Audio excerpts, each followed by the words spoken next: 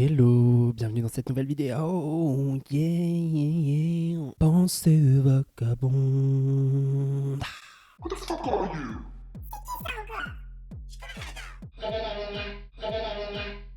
Première chose, si vous m'entendez pas bien, c'est parce que déjà de base il faudrait pas que je parle trop fort parce qu'il est genre 23h passées, que je suis dans un appartement, donc il y a des gens, quoi d'autre. J'ai été malade, du coup, en fait j'ai mes oreilles bouchées. Il est probable que je m'entende pas très bien. Je préfère parler moins fort plutôt que de me mettre à crier parce que sinon j'ai tendance vraiment à parler très fort. Pourquoi on se retrouve aujourd'hui? Pourquoi nous nous retrouvâmes en ce jour? Déjà, je tiens à préciser qu'il y a quelques jours, j'ai rêvé qu'il y avait un alligator albinos dans mon lit, mais que je n'étais pas dedans. En fait, le rêve, c'était que je sortais de ma chambre et quand je retournais dans ma chambre pour voir mon chien et mon chat, et ben je voyais un alligator qui était caché dans mes habits et après qui était caché sous mon lit, enfin pas sous mon lit, sous mes draps, et j'étais en mode, je paniquais parce que je me disais, il va manger mon chien, il va manger mon chat. Je tiens à dire que si vous voyez des flashs, non, ce n'est pas la Fashion Week, c'est parce qu'il y a des éclairs dehors. Je pense qu'il va y avoir un orage cette nuit et qu'il va pleuvoir.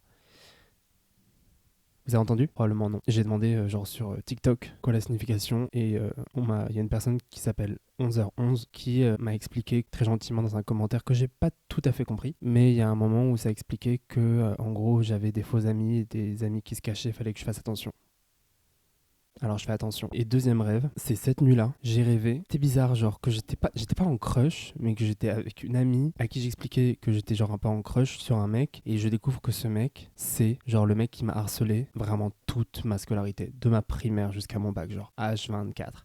Et en plus, c'était ce mec-là, mais avec une permanente. Et je me suis réveillé et je me dis, mais j'avais pas du tout envie de penser à cette personne. Je ne sais pas d'où c'est sorti, honnêtement. Après, comme je vous ai dit, j'étais malade. Donc probablement que mon cerveau est parti un peu en cacahuète. Et donc ce matin, en me réveillant, l'une des premières choses que j'ai voulu faire, genre, c'était aller voir sur Instagram, presque genre en mode, est-ce que cette personne existe vraiment? Enfin, existe encore, genre. Et après, je me suis arrêté, je dis, mais alors pas du tout en fait. Donc j'ai pas regardé. Et je regarderai pas. Vous allez me dire pourquoi j'ai voulu faire un épisode là. Bon, on va pas se cacher. Ces derniers jours sont très compliqués pour le monde. En fait, c'est pas ces derniers jours qui sont compliqués, c'est ces dernières années qui sont compliquées. Là, ces derniers jours, il y a eu la flottille qui a tenté de ramener des vivres et le peu d'aide qu'ils ont pu emporter dans le bateau avec eux dans la Madeleine à Gaza. Et ils ont été kidnappés par Israël sur des eaux internationales. Bref, tout ça pour dire que voilà, ces derniers jours, c'est juste genre un éternel continuum de la violence colonialiste. Et là, du coup, vous allez me dire, pourquoi tu nous parles de ça? Parce qu'en fait, paradoxalement, il se passe un truc dans ma vie personnelle qui ne me fait pas culpabiliser parce que je sais que cette énergie aussi me permet de pouvoir actionner des leviers que je pouvais pas actionner avant, donner mon énergie à des endroits où je pouvais pas le faire avant. Tout à l'heure, du coup, j'avais envie de marcher. J'ai commencé à envoyer un vocal à une amie. Vraiment, je crois que le vocal il faisait plus de 20 minutes et j'en ai envoyé genre 3. Donc en tout, je pense que je lui ai envoyé presque 40 minutes de vocal et je sentais une énergie. C'était peut-être le bissap. J'ai bu 2 verres de bissap.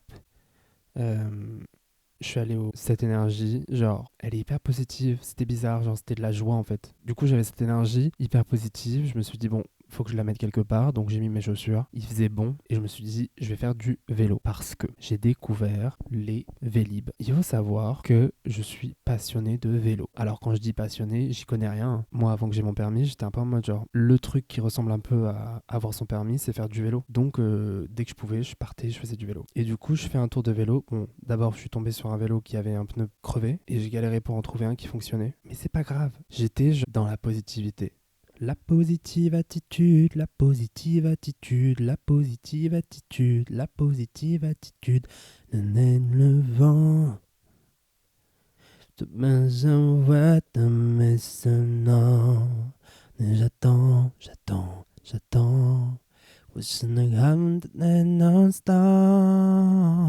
La positive attitude. Et en gros, je fais du vélo, je suis en mode, pourquoi on dirait que je suis sur un canasson, genre tagadak, tagadak, voici les Dalton. En plus, j'ai découvert les Vélib avec un petit peu d'électricité là. Le plus impressionnant, c'est quand je veux redémarrer et que t'as une petite impulsion là qui est en mode genre wouhou et qu'elle t'aide là. Elle est là, allez, vas-y, ma belle. Tu vois, elle te met une petite tape dans le dos, elle te dit, vas-y, je crois en toi. Et ben ça, j'en ai besoin. Du coup, je suis revenu à l'endroit où j'ai pris le vélo. Il y en avait un où il y avait un bracelet où c'était écrit Farid. Bon bah j'ai pris le vélo de Farid. Je rassure tout le monde, c'était pas le vélo de Farid, hein, c'était un Vélib. Et j'ai dit merci Farid. Parce qu'au début, il y a un autre vélo qui s'est ouvert à moi. Et après, il me mettait genre stop, il faut ranger le vélo. J'étais en mode bah en fait, je suis pas parti, donc comment on fait? des petites feintes, une petite aventure. Je suis allé jusqu'à République. J'ai vu, du coup, il y a les personnes qui font le blocus toute la nuit. Et en fait, je me suis dit, bon, bah, je vais retourner à pied, je vais voir ce que ça donne. Au niveau des quais de Seine, il y avait plein de gens, je sais pas pourquoi, et j'ai trouvé ça. Vous allez me dire que c'est probablement parce que je ne suis pas parisienne d'origine, genre, quand je viens pas d'Île-de-France. Quand j'ai vu tous ces gens, j'étais un peu en mode cute, genre mignonnerie. Genre, j'étais un peu en mode genre, ça donne envie de tomber amoureuse, genre, d'avoir une histoire. Ça donne envie de, genre, j'allais dire de plonger dans la Seine, pas du tout. Surtout, on connaît l'histoire de la Seine avec les Algériens. Mais bref, ça avait un truc un peu romantique, genre, j'étais un peu en mode... En fait, je me suis laissé aller. C'est ça que je veux dire, c'est que ça fait longtemps que je me suis pas laissé aller. Et que là, comme j'avais un peu un sentiment de positivité, de joie, j'étais un peu en mode genre, je crois que le soleil a un peu tapé fort. Bon, il a concrètement un peu tapé fort, puisque c'est pour ça que je suis tombé malade. Mais il a un peu tapé fort sur mon front. Et je crois que j'ai un peu envie de ça, genre, j'ai envie de simplicité. Parce que ça fait longtemps que ça m'est pas arrivé. Et ça fait très, très, très, très, très personne privilégiée de dire ça. J'avais aussi un peu envie de ça en fait, un peu envie, en tout cas pendant un instant, tu vois, le soir, d'être là et de me dire genre, je crois que j'ai un peu envie de vivre. En fait, ces dernières années, ça n'a pas été tout beau tout rose dans ma tête. Si je suis complètement honnête, c'est genre le premier été depuis très longtemps où je suis un peu en mode, ah ouais, genre ah ouais, ce sentiment existe d'un peu de légèreté. Je suis pas une personne légère. Je vais pas mentir, je suis très dans la gravité, enfin voilà, bref. Mais un peu ce truc d'arriver à mettre un pied en arrière, de dire, en fait là j'ai le droit juste de rigoler, j'ai le droit juste de danser, j'ai le droit juste de vivre en fait. Et de pas être tout le temps dans cette gravité, dans cette chose qui en fait est le monde dans lequel on vit. C'est aussi un privilège de pas avoir à être dans cette gravité. Je sais pas, de voir tous ces gens qui se ressemblent pas en fait, un peu regroupés à un endroit, au bord de l'eau parce qu'il fait chaud. Je sais pas, ça sent bon quoi. Alors que c'est Paris, ça sent pas très bon. Je pense que ça n'a aucun sens ce que je suis en train de raconter. La réalité, c'est juste que j'ai l'impression que mes yeux s'ouvrent. Tu vois ce que je veux dire? Et qu'avant, c'est pas qu'ils s'étaient pas ouverts, c'est que j'avais pas les mêmes lunettes. Genre, sans rentrer dans les détails, mais en ce moment, dans ma vie perso, il se passe plein de trucs. Comme si, tu sais, quand tu travailles sur plein de problématiques et que d'un coup, hop, tu rajoutes juste un petit grain de sel à un endroit. Et en fait, d'un coup, tac, tac, tac, tac, tac, tac, tout se met à sa place. Tu respires d'un coup, genre... comme si tu pouvais reprendre de l'air à ce moment-là. Pendant une seconde, t'es en mode pourquoi ça arrive maintenant, c'est chelou et tout. Et en fait, quand tu t'assois 2 secondes, tu te rends compte que c'est tout le travail des années précédentes qui a fonctionné, tu vois. Mais il y a quand même cette sensation d'un peu d'euphorie, envie de faire plein de trucs et parce que si la peur de retomber, pour être très honnête, et le fait que là, Paris, c'est une ville qui bouge beaucoup, ça nourrit un peu ce truc, tu vois. Plus perso, artistique que je fais à côté. Par exemple, tout à l'heure, quand je suis allé au bunker, j'ai pris mon ordinateur avec moi et je me suis dit, bon, je vais écrire un petit peu. J'ai relu ce que j'avais écrit sur un projet d'écriture parce qu'en vrai, je sais même pas si ce sera une nouvelle ou pas, que j'avais commencé il y a longtemps sur un sujet qui me tient à cœur. Et en fait, sans réfléchir, je me suis autorisé à me lancer dans quelque chose d'un peu plus de genre parce que ça sonnait bien avec ce que je voulais raconter. À un autre moment dans ma vie, j'aurais pu être en mode genre non, je me sens pas légitime. Et là, vraiment, j'étais en mode, en fait, ça colle concrètement avec l'histoire que je veux raconter. Et puis en fait, je raconte ce que je veux comme je... Enfin, je sais pas si vous voyez ce que je veux dire. C'est un projet artistique. Vous voyez ce que je veux dire? J'ai l'impression que c'est un peu, je t'ouvre une porte et puis cette porte, elle ouvre une autre porte et cette porte, elle ouvre une autre porte, etc. Pour être de manière concrète, je suis pas rémunéré avec des projets artistiques dans ma vie, je gagne pas d'argent avec ça, mais le fait même que personnellement j'ai la force de mettre en place des projets, que ce soit que pour moi. Là, ce que je suis en train de faire maintenant, de filmer, je le fais pour vous qui regardez, mais c'est clairement quelque chose qui juste me fait plaisir. Tout à l'heure, j'ai regardé la vidéo que vous avez regardée la semaine dernière et j'étais en mode, moi je rigole, passe un bon moment quoi. Le montage me fait rire, la manière dont je raconte les trucs ou bien m'émeut, c'est bête parce qu'en vrai c'est juste une boucle. Je voulais mettre de la musique sur la vidéo, je comprends pas la musique libre de droit et tout, mais je crois qu'il faut noter l'artiste dans la description, je sais pas, en fait j'ai pas compris. Et en fait au bout d'un moment je me suis dit, tu sais faire de la musique donc fais-le toi-même. Donc hier à 1h du matin j'ai pris mon ordinateur, j'ai fait une boucle très rapide, je l'ai mis sur ma vidéo et basta. J'étais vraiment en mode fier de moi en fait. Et je crois que c'est ces sentiments là que j'ai en ce moment, c'est les trucs de je fais pas des choses extraordinaires, je sais que je sauve pas le monde, je sais que je change pas le monde. J'espère quand même que les sujets dont je parle, parce que je sais que parfois je parle de trucs qui sont un peu plus politiques on pourrait dire, je sais que ça vous permet au moins d'avoir une réflexion si vous l'avez pas déjà eu, mais j'ai l'impression de me retrouver aussi à un moment où j'avais la force aussi d'avoir ces réflexions. Moi je sais que c'est un truc que peut-être que je pourrais en faire un épisode, en parler un peu plus en détail, mais que j'ai grandi en étant une personne politisée sans le savoir on va dire, parce que à cause de qui je suis, genre forcément je devais me poser des questions. Je sais pas si c'est forcément, mais moi c'est ma manière de fonctionner. Quand exemple j'ai pu subir X violence, et ben en fait je me disais pourquoi. J'ai été un peu éduqué dans le pourquoi. Je sais pas si vous voyez le mécanisme de se poser la question de en fait pourquoi le monde fonctionne comme ça, pour pouvoir comprendre, parce qu'en fait le plus grand pouvoir c'est la connaissance en fait. Et du coup moi ça a été un peu genre mon mécanisme de défense toute ma vie. Sauf qu'à un moment mon cerveau il a snap et je n'arrivais plus à me nourrir de manière intellectuelle. Plus rien ne rentrait. Genre vraiment. Il y a une période où je pouvais regarder juste des dessins animés. J'ai regardé je crois en boucle la saison 6 de truc pâtissier là. Je sais plus comment ça s'appelle. Et du coup là en fait je redécouvre pourtant dans ce monde qui... En fait je le répète beaucoup parce que je pense qu'il y a une partie de moi qui culpabilise culpabilise et je pense que c'est tout à fait normal. Je pense que c'est sain à des moments d'avoir une culpabilité qui te bouffe pas complètement, mais juste qui te fait réaliser tes privilèges et le fait que là j'ai un toit sur la tête et je suis pas en train de me poser la question si je vais me faire bombarder quoi. J'ai un toit sur la tête, j'ai de l'argent sur mon compte en banque qui me permet de me dire que je peux aller acheter quelque chose pour manger. Je dis pas que j'ai des millions d'euros. Une fois que je pars d'ici, je sais que c'est un privilège de pouvoir me dire que je vais chez mes parents, tu vois. Il y a des gens, ils ont pas ce privilège-là. C'est bête, mais moi je suis une personne queer, mais il y a pas de moment où en fait, si je rentre chez mes parents, ils vont pas me dire genre dégage en fait. Ça peut être un questionnement dans la relation, de questionner et tout ça, mais c'est pas un questionnement de est-ce que mes enfants vont dormir dehors s'ils ont la possibilité de dormir. Bref, je suis en ce moment dans un moment de ma vie où j'ai l'impression que tout est possible en fait. Et c'est hyper paradoxal, je vous dis justement par rapport au monde dans lequel on vit, mais il y a un peu de la place à des questionnements que j'ai depuis très longtemps en fait, depuis toute ma vie. Et juste, il y a des moments dans la vie où il n'y a pas la place en fait. Un peu plus d'espace aussi pour vivre. En fait, c'est un peu bizarre, mais tout à l'heure, je pensais à cette analogie qui n'a aucun sens. Je vous la donne. C'est comme si toute ma vie, j'avais l'impression que je rentrais avec toutes mes affaires, tous mes trucs dans l'ascenseur, que l'ascenseur, il commençait à bouger, puis après il se bloquait, qu'après il y avait le mec de la réparation qui venait, qui ouvrait l'ascenseur, presque facilement en fait, un peu un truc genre, avec pas un regard méchant, mais un regard un peu de pitié quoi, un peu genre, oh. Et après qui me regardait, qui me disait bon bah à demain, et que du coup j'avais rien fait, j'avais passé la journée dans l'ascenseur, et je ressortais, je rentrais chez moi, et le lendemain je me réveillais encore avec toutes mes affaires, et je rentrais de nouveau dans l'ascenseur, et encore une fois, ça appuie sur tous les boutons, et hop, ça s'enclenche machin, il y a de la fumée, c'est fini. L'ascenseur se bloque, le même réparateur qui revient et qui me regarde et que cette personne va jamais réussir à sortir d'ici genre. Et puis j'ai l'impression que c'est comme si un jour genre je rentre avec toutes mes affaires dans l'ascenseur, pareil ça part en cacahuète, je passe la journée et que là le réparateur il vient pas. Et là je commence à paniquer, je me dis j'ai passé la nuit ici, puis je passe la nuit dans l'ascenseur et puis j'attends encore un peu et je me dis c'est pas possible là par contre le soleil va se lever, le réparateur est toujours pas venu. Je prends sur moi, je pose mes affaires par terre, il y a encore tous les boutons qui sont enclenchés, je commence à essayer de taper contre la porte de l'ascenseur et il se passe rien. Et puis là, je tape encore plus fort et là, il y a une alarme. Et c'est bizarre parce que c'est comme si ça me rassurait, c'est-à-dire qu'il se passe quand même quelque chose. Et là, je me pose et je me rappelle de ce que le réparateur faisait pour ouvrir, qui paraissait très simple en fait. Et je me dis, mais je comprends pas pourquoi j'arrive pas à le faire. C'est un truc hyper simple, c'est juste enclencher un truc et moi, j'arrive pas à le faire. C'est pas que j'arrive pas, c'est que j'ai peur. Et puis au bout d'un moment, je le fais presque par obligation, panique, j'en sais rien, mais et là la porte s'ouvre. Donc là je prends toutes mes affaires, je regarde autour de moi, le réparateur est toujours pas là et je m'apprête à rentrer chez moi et en fait il y a pas de chez moi. J'ouvre la porte, en fait ça donne sur un autre monde et je vois autour de moi, alors il y a des gens qui me font très peur, je peux pas partir avec toutes mes affaires donc je les laisse dans l'ascenseur. Il y a plein de gens qui me font très peur. Au début j'ai du mal donc je vais juste chercher de quoi manger puis après je retourne dans l'ascenseur et après je me dis tu peux pas rester dans l'ascenseur genre. Il y a un monde dehors, genre visiblement il y a plein de gens qui vivent donc peut-être que tu peux y arriver quoi. J'ai passé la première nuit, j'avais pris à manger, je suis retourné dans l'ascenseur et là je vais, il fait beau et au début le soleil il m'éclaircit un peu trop le visage mais c'est pas si horrible que ça en fait. Il y a toujours des gens qui me font peur, des gens avec qui je me sens pas bien, quand je les croise je vois leur regard, je sens que...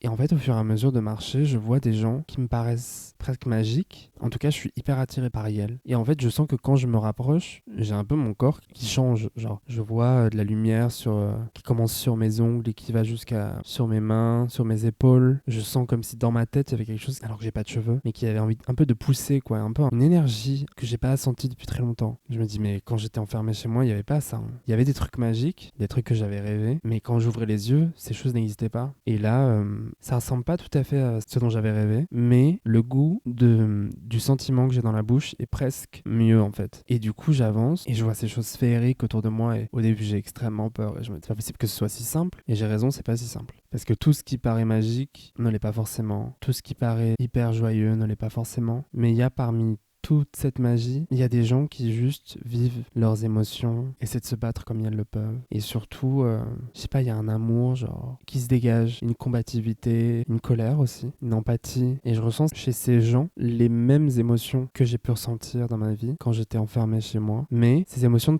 ne produisent pas la même chose. Et là, j'ai un peu peur. Je me dis, mais je comprends pas pourquoi chez ces personnes, toutes ces émotions produisent de la magie, produisent du changement. Et chez moi, ça produit juste de la destruction interne en fait. Donc là, là, je pars en courant dans l'ascenseur. Et arrivé dans l'ascenseur, je tourne toutes les pages de mes livres, je mets mon casque sur ma tête, j'écoute mes cassettes, mes audios, tous mes trucs. Je dis, mais c'est pas possible. Les théories, je les connais. J'ai pas pu rater quelque chose.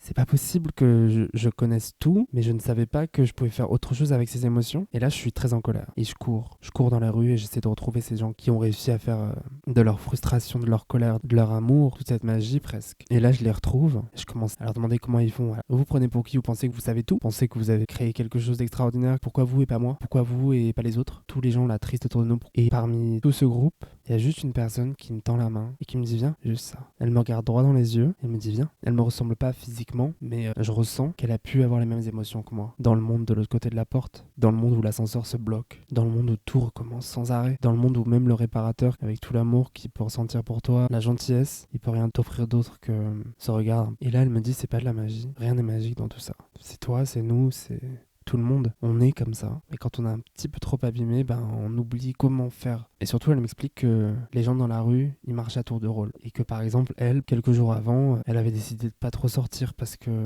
elle était plus aussi colorée que quand je la vois en fait. Elle avait plus cette auréole de magie autour d'elle parce qu'elle avait besoin de se reposer. Elle m'explique que ce qui l'a sauvée, c'est tous les gens qui sont là autour d'elle, tout le temps. C'est le fait de se sentir moins seule, c'est le fait de comprendre, de discuter, c'est le fait d'avoir des parcours en commun, c'est le fait de savoir qu'elle est pas folle, c'est le fait d'avoir des gens qui ont retiré leurs lunettes comme elle depuis très longtemps et qui voient le monde comme il est réellement. Et elle me regarde, elle me dit ce sera pas facile. C'est jamais facile, mais ce sera peut-être plus facile que pour d'autres gens. Elle me dit que malheureusement, il y a souvent des gens pour qui c'est plus difficile. Et que même si c'est important de comprendre ses souffrances, de comprendre qu'est-ce qui nous empêche de faire exploser cette magie en fait, de la laisser nous entourer, de jouer avec elle, de pas essayer forcément de la diriger, mais de danser avec elle. Mais c'est aussi important de savoir qu'il y a des gens pour qui ce sera plus compliqué et que ces gens, il faut pas les juger parce que certaines personnes vivent des plus grosses souffrances. Il faut avoir conscience de ses privilèges. Et elle me demande si je veux rester. Je lui dis que j'ai tous mes livres, que elle me dit va les chercher, garde-les avec toi pour ne jamais oublier. Mais il faut aussi que parfois tu apprennes à laisser les livres dans la bibliothèque et que tu sortes vivre parce que tu peux pas rester toute ta vie enfermé dans un ascenseur, cassé en plus. Et elle me reprécise que ce sera pas facile. C'est pas le paradis, hein, c'est la vie. Et je lui demande mais comment on fait pour pas avoir peur de retomber dans un ascenseur quoi,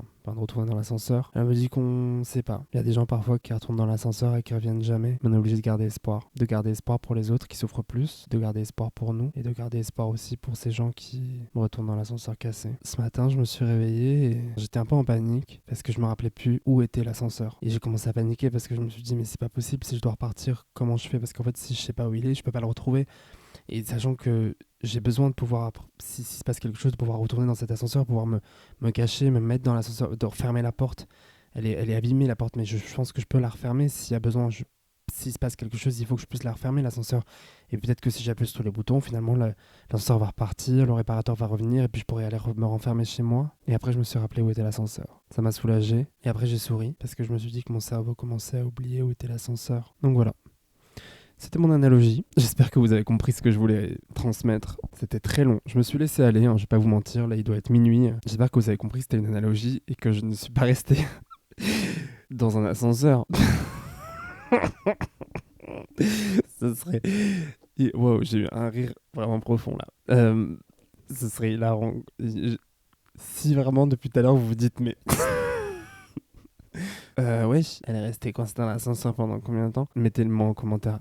Genre vraiment, s'il vous plaît. Si depuis tout à l'heure vous vous dites mais c'est quoi cette histoire avec des gens magiques et des ascenseurs cassés? Mais où est le réparateur? Vraiment, non mais voilà, c'était juste pour dire que j'ai un peu cette sensation en ce moment quoi. Vraiment le sentiment que, un peu ce truc chelou de ça va aller en fait. Et je crois que j'en ai envie aussi, j'en ai besoin donc j'espère que ça va aller. Et je le vois même dans mon quotidien, de plus trop avoir peur de dire les choses aussi. Ou bien de pas dire les choses aussi. C'est-à-dire de pas forcément avoir besoin de l'aval de 15 personnes avant de décider de faire quelque chose. Que tout le monde soit pas forcément d'accord avec ce que je fais, avec ce que je dis et qu'en fait c'est pas grave. Voilà, je sais où je vais. J'ai appris à, comme Socrate disait, probablement que Socrate est problématique aujourd'hui, je sais pas. Mais tout ce que je sais, c'est que je ne sais rien. Donc j'estime que j'ai quand même ce truc de... Même si, comme tout le monde, il y a des jours, je suis dur de la feuille, comme on dit, et que parfois mon cerveau, j'ai pas envie de me casser la tête, mais je crois quand même que j'ai un peu un minimum de réflexion et en mode genre bon bah je ne sais pas tout et donc l'envie d'apprendre. Aujourd'hui je crois que je me pardonne un peu plus aussi de pas tout savoir parce qu'en fait on ne peut pas tout savoir et je pense que c'est important de mettre son ego de côté là-dessus. Aujourd'hui je crois que j'ai aussi envie d'avoir moins peur des autres, d'avoir moins peur d'être déçu, mais genre réellement, c'est-à-dire pas de ne pas m'engager dans n'importe quelle relation professionnelle ou personnelle parce que j'ai peur d'être déçu et que je me dis bah de toute façon je vais être déçu, de pas avoir peur et de me dire bah de toute façon j'y vais à fond et puis si je suis déçu, c'est pas grave, c'est la vie parce qu'en fait on est là pour ça et j'ai envie de la vivre en fait. Et ça me fait du bien aussi d'avoir de l'énergie à pouvoir apporter à d'autres gens et aussi de pas culpabiliser de toutes mes décisions parce que voilà, parfois c'est pour les autres, parfois c'est pour moi et en fait si c'est tout le temps pour les autres, je peux pas tenir. Et en même temps, aujourd'hui comme j'ai la force aussi de pouvoir donner aux autres quoi, bah aussi de le faire quoi. Pas en train de dire que je suis une personne sainte sans vouloir insulter quiconque, mais moi ça me dégoûte, mais genre j'ai pas envie qu'on me prenne comme une personne sainte, genre je suis pas genre une héroïne ou je ne sais quoi. De toute façon à partir du principe où j'estime que j'ai eu plus de chance dans la vie que mes parents, donc pas plus de chance mais plus d'opportunités que mes propres parents, c'est qu'il y a un moment genre quoi, je peux pas genre aller dans la rue et être en mode genre ah bah oui tout m'appartient, bah non, ferme ta gueule en fait.